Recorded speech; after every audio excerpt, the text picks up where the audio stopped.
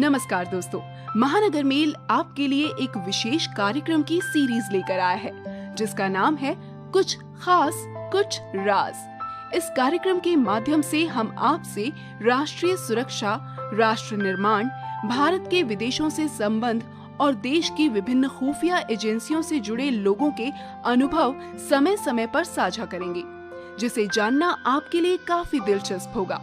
तो देखते हैं कुछ खास कुछ राज कार्यक्रम रॉ के पूर्व अधिकारी एन.के. सूद की जुबानी। आइए देखते हैं रॉ के पूर्व अधिकारी एन.के. सूद का ये वीडियो। दोस्तों नमस्कार, आज का हमारा टॉपिक है change in India China policy. पहले हम बात करेंगे change in India Tibet policy. India की जो चाइना पॉलिसी या तिब्बत पॉलिसी है वो शुरू से ये रही है कि इंडिया ये कहता रहा है कि जो तिब्बत जो है वो चाइना का ऑटोनोमस पार्ट है। इंडिया जो है इस चीज में चाइना को कभी उसने काउंटर नहीं किया, न चाइना को उसने इस इश्यू पे कभी छेड़ा है। लेकिन रिसेंटली देखा गया कि इंडिया की जो ये पॉलिसी है तिब्बत के बारे में उसमें चेंज है। पहली बार ये तब दिखा जब 28 अगस्त 2020 को इंडियन फोर्सेस ने ब्लैक हिल टॉप का एरिया ऑक्युपाई किया लद्दाख रीजन में, और इसमें जो फोर्सेस को यूज किया गया था वो किया गया था एसएफएफ यानी कि स्पेशल फ्रंटियर फोर्स। इनके कमांडोज जो कंट्रोल में है इंडिया की प्राइम इंटेलिजेंस एजेंसी रॉ के, उनको वहां डिप्यूट किया गया। उन्होंने ऑपरेशन लॉन्च किया और इन्होंने बड़े स्विफ्टली उस एरियाज को हिल को ऑक्युपाई किया। वहां पे चाइनीज के कैमरे, दूसरे इक्विपमेंट भी लगे थे, लेकिन इनका ऑपरेशन इतना स्विफ्ट था कि चाइनीज को इसकी भनक तक नहीं लगी।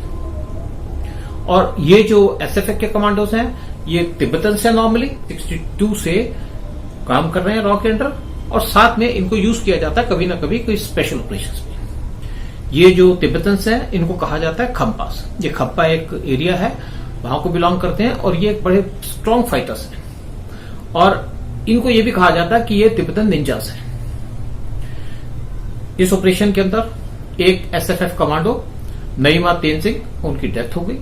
कहा जाता है कि उनका पैर एक पुरानी 1962 के वार की माइन थी उस पर आ गया, जिसकी वजह से उनकी डेथ हो गई। उसके बाद 7 सितंबर 2020 को इंडियन आर्मी ने एक पब्लिक फंक्शन होल्ड किया लेह के अंदर। इनकी सेक्रीफाइस जो उन्होंने की देश के लिए, उसको सैल्यूट करने के लिए फंक्शन के अंदर लेह के काफी लोग जमा थे, काफी यूथ वहां पे जमा थे, साथ साथ में जितने तिब्बतन्स हैं वो भी जमा थे, और उसमें इनको सम्मानित किया गया।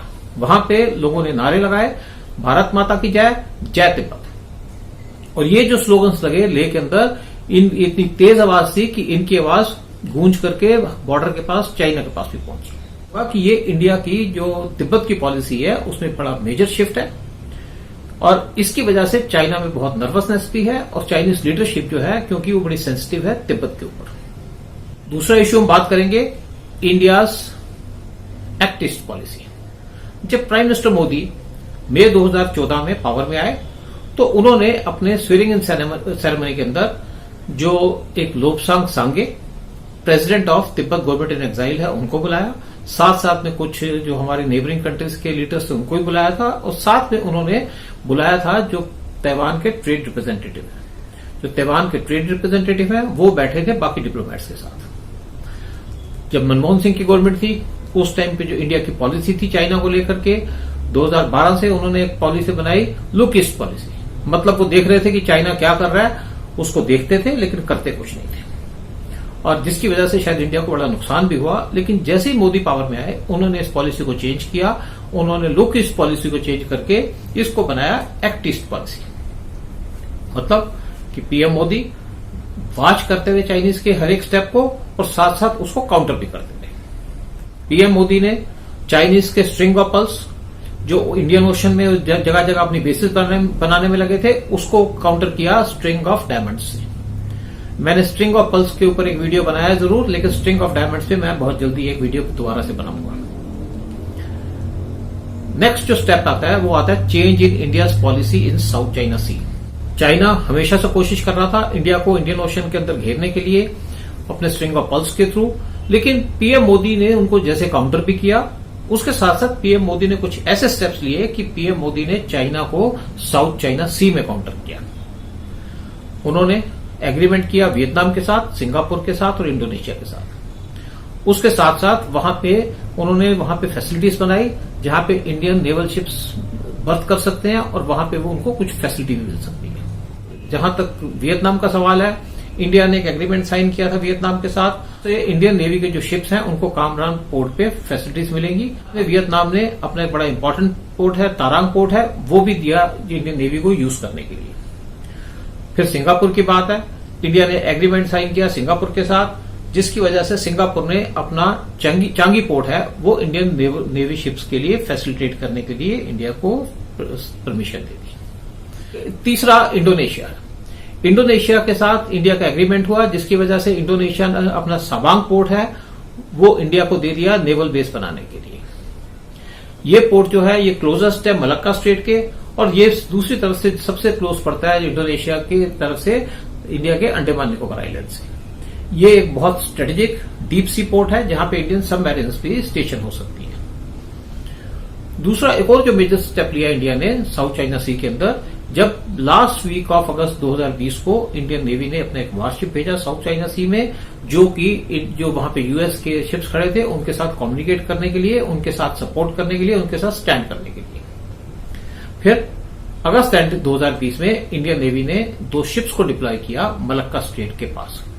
ये जो शिप्स थे इंडियन नेवी के, ये फ्रंट लाइन के नेवल शिप्स थे, क्योंकि इस टाइम पे इंडिया का फेस ऑफ चल रहा था चाइना के साथ पैंगोंग लेक के पास, इसलिए इंडिया ने अपने यहां शिप्स किए। और ये इसको शिप्स को मलक्का स्ट्रेट के पास जो शिप्स खड़े किए, इससे चाइना को डायरेक्ट सिग्नल था अगर तुम कोई मिस एडवेंचर करोगे तो हम तुम्हारा मलक्का स्ट्रेट से शिप्स का आना जाना बंद कर देंगे, यानी कोई भी चाइनीज शिप जो है वो साउथ चाइना सी से इंडियन ओशन की तरफ नहीं आ सकेगा, और जितने भी चाइना के जो शिप्स हैं वो इंडियन ओशन से साउथ चाइना सी नहीं जा सकेंगे। इसके बारे में आपको बता दूं कि मलक्का स्ट्रेट जो है ये 3.5 किलोमीटर की वाइड है, और इस पे इंडियन नेवी का पूरा कंट्रोल रहता है, क्योंकि अंडमान निकोबार आइलैंड वो इंडियन नेवी के वहां पे स्टेशन रहते हैं वारशिप्स। इससे इंडिया उनके कभी भी शिप्स का आना जाना बंद कर देगा। और साथ में ये भी जरूर है कि जो चाइना की जो 80% ट्रेड है वो शिप्स की, वो मलक्का स्ट्रेट से होकर निकलती है। और कभी भी अगर वॉर जैसी सिचुएशन हो तो सबसे पहला जो काम करती है कंट्री एक दूसरे का वो ये करती है कि उनकी ट्रेड के रास्ते बंद करना। तो इंडिया ने एक चाइना को बड़ा स्ट्रांग सिग्नल दिया अपने शिप्स मलक्का स्ट्रेट के पास खड़े करके।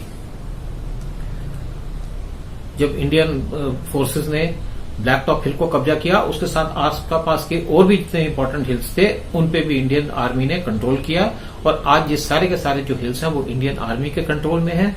इसकी वजह से इंडिया को उस एरिया में काफी एडवांटेज मिलती है। इंडिया और जो चाइना का फेस ऑफ चल रहा है इसमें इंडिया की पूरी तैयारी है। इंडिया ने अपने 35,000 जो एडिशनल फोर्सेज हैं लद्दाख में, उनको वहां पे रहने का ऑर्डर दे दिया है, और साथ में आर्मी को ये भी डायरेक्शन दी है कि इनके लिए टेंट्स खरीदे जाएं, इनके लिए जो फूड की रिक्वायरमेंट है या इनके लिए हीटिंग का जो अरेंजमेंट है, साथ में इनको जो वेपन्स हैं वो सारे के सारे प्रोवाइड किए जाएं, और ये काम बड़े फास्ट ट्रैक पे हो रहा है। इसके ऊपर हमारी जो गवर्नमेंट का खर्चा है वो आ रहा है 400 करोड़ का, क्योंकि इंडियन गवर्नमेंट या इंडियन आर्मी कोई ऐसा नहीं चाहती कि एक कहीं पे भी चाइना के हाथ से इनको एक कुछ सरप्राइज मिले जिससे चाइना इनको नुकसान पहुंचा सके। और इंडिया ने इस एरिया के अंदर जो टॉप पोस्टें या टॉप हिल्स के ऊपर पोस्टें ली हैं, उससे भी ये है कि इंडियन आर्मी को सेफ बैठना होगा उस पीरियड के लिए। साथ साथ मैं ये भी कहूंगा जो लेह के लोग हैं वो भी बड़ा एक्टिवली पार्टिसिपेट कर रहे हैं, हेल्प कर रहे हैं, जो तिब्बतन्स भी हैं या बाकी जो भी इंडियंस हैं, ताकि आर्मी को हेल्प कर रहे हैं कि इनका जो सामान है हिल्स पे पहुंचाने के लिए। क्योंकि आपको पता है कि जो लेह का एरिया है या लद्दाख का एरिया है, यहाँ पे -20 डिग्री तक टेम्परेचर चला जाता है, और अब भी वहां पे ठंड पड़नी शुरू हो चुकी है। तो इन जो लोकल्स की वजह से आर्मी को बड़ी असिस्टेंस और हेल्प मिल रही है। जैसे इंडिया की चाइना और तिब्बत की पॉलिसी में चेंज आया, दूसरी तरफ इंडिया का चेंज आया इसकी पॉलिसी साउथ चाइना सी के बारे में। साथ में जो तीसरा वो चेंज आया वो इंडिया की पॉलिसी का आया कि इंडिया की जो पॉलिसी चाइना के बारे में डिफेंसिव थी वो आज ऑफेंसिव हो गई है। इंडिया आज इस पोजीशन में है कि चाइना को अकेला टैकल कर सकता है। इंडिया ने वर्ल्ड को शो कर दिया है कि हम चाइना को पूरा काउंटर कर सकते हैं बगैर किसी की हेल्प के। पूरा world including United states of America ये सोच रहे थे कि हम चाइना को कैसे काउंटर करें। अमेरिका ये कह रहा था हम क्वाड बनाते हैं, इंडिया, ऑस्ट्रेलिया, जापान और यूएसए का, चाइना को काउंटर करने के लिए। लेकिन इंडिया ने सबको शो कर दिया है कि इंडिया चाइना को अकेले में काउंटर कर सकता है। Single handedly. इसकी वजह से एक बात बड़ी क्लियर हो गई है कि अब चाइना को आगे से भी सोचना पड़ेगा कि इंडियन टेरिटरी में कैसे घुसे। वो इंडिया को शुरू से 60 साल के करीब से तंग कर रहा है, परेशान कर रहा है, हमारी टेरिटरी में घुसता है, बार बार कुछ न कुछ हमारा एरिया कंट्रोल करने की कोशिश करता है। लेकिन अब चाइना को जवाब मिलेगा, और जवाब मिला है, और इसके बाद भी आगे से जवाब मिलेगा। इंडिया ने वर्ल्ड को शो कर दिया है कि China is no super power. दूसरी तरफ बात करेंगे कि चाइना बहुत सेंसिटिव है अपने इश्यूज के लिए, और दूसरी तरफ वो इंडिया को प्रिक करता रहता है, चाहे कश्मीर के ऊपर, कभी जाकर के यूएन में क्वेश्चन उठाता है, कभी कुछ पाकिस्तान के साथ जाकर मिलकर स्टेटमेंट देता है। तो मैं ये कहता हूं कि क्यों नहीं हमारी गवर्नमेंट भी चाइना को उल्टा जवाब देती। अगर हम सेंसिटिव है कश्मीर के ऊपर और चाइना उसमें छेड़ता है, तो चाइना सेंसिटिव है तिब्बत और तैवान और हांगकांग के ऊपर। इंडिया को पूरे इश्यूज उठाने चाहिए इन तीनों के बारे में, और ये पूरी अपने किसी मिनिस्टर से या किसी और से स्टेटमेंट रेगुलर बेसिस पे देनी चाहिए चाइना के खिलाफ, ताकि चाइना को इसमें परेशान कर सके। अगर चाइना यूएन के अंदर कश्मीर का इशू उठाता है, तो इंडिया को भी तिब्बत की इंडिपेंडेंस का इशू यूएन में उठाना चाहिए, क्योंकि जिस तरीके से चाइना ने उस पर कब्जा किया था वो इलीगल है। इंडिया ने अगर एक स्टेटमेंट दे दी कि हम तिब्बत को चाइना का ऑटोनॉमस पोर्शन मानते हैं, तो इंडिया को उसमें बैकआउट करने में कोई प्रॉब्लम नहीं होनी चाहिए। दूसरी तरफ अगर चाइना हमारे मिलिटेंट्स को सपोर्ट करता है नॉर्थ ईस्ट के अंदर, तो इंडिया को भी तिब्बतन्स को टोटल सपोर्ट देनी चाहिए टू फाइट अगेंस्ट चाइना। और जितने भी तिब्बतन्स हैं, अगर वो चाहते हैं कि अपनी स्ट्रगल करना चाहते हैं लिबरेशन ऑफ तिब्बत, तो इंडिया को उनको सपोर्ट करना चाहिए ओपन हार्टेडली। इंडिया ने अभी जो चाइना के खिलाफ एक्शन लिया, किसी की तरफ देखा नहीं, क्योंकि प्रॉब्लम हमारी है, हमको ही देखनी पड़ेगी। इसीलिए इंडिया को भी जो डिसीजन लेने हैं आप ले, तो वर्ल्ड फॉलो करेगा। जो भी अभी स्टेप्स हुए इंडिया ने लिए हैं, उससे चाइना शॉक में है, क्योंकि उसने कभी सोचा ही नहीं था कि इंडिया को उसको हर एक इश्यू पे काउंटर करेगा। लेकिन इंडिया ने चाहे उसका बॉर्डर का इश्यू है उस पर काउंटर किया, चाहे साउथ चाइना सी का इश्यू है, चाहे तिब्बत का इश्यू है, और वर्ल्ड भी इससे सरप्राइज है। लेकिन साथ साथ वर्ल्ड ने इंडिया को फॉलो करना शुरू कर दिया है। आप देख रहे थे महानगर मेल की खास पेशकश, कुछ खास कुछ राज। कुछ और खास कुछ और राज लेकर हम फिर लौटेंगे अपने अगले वीडियो के साथ, तो देखना ना भूलिएगा महानगर मेल। हमारे अगले वीडियो तक दीजिए हमें विदा। नमस्कार। ऐसे ही कुछ और यूजफुल वीडियोस के लिए सब्सक्राइब कीजिए हमारा चैनल महानगर मेल न्यूज, और इन वीडियोस को अपने दोस्तों से शेयर करना ना भूलें। लाइक जरूर करें और साथ ही प्रेस करें बेल आइकन, ताकि आपको मिल सके हमारे हर नए वीडियो का नोटिफिकेशन।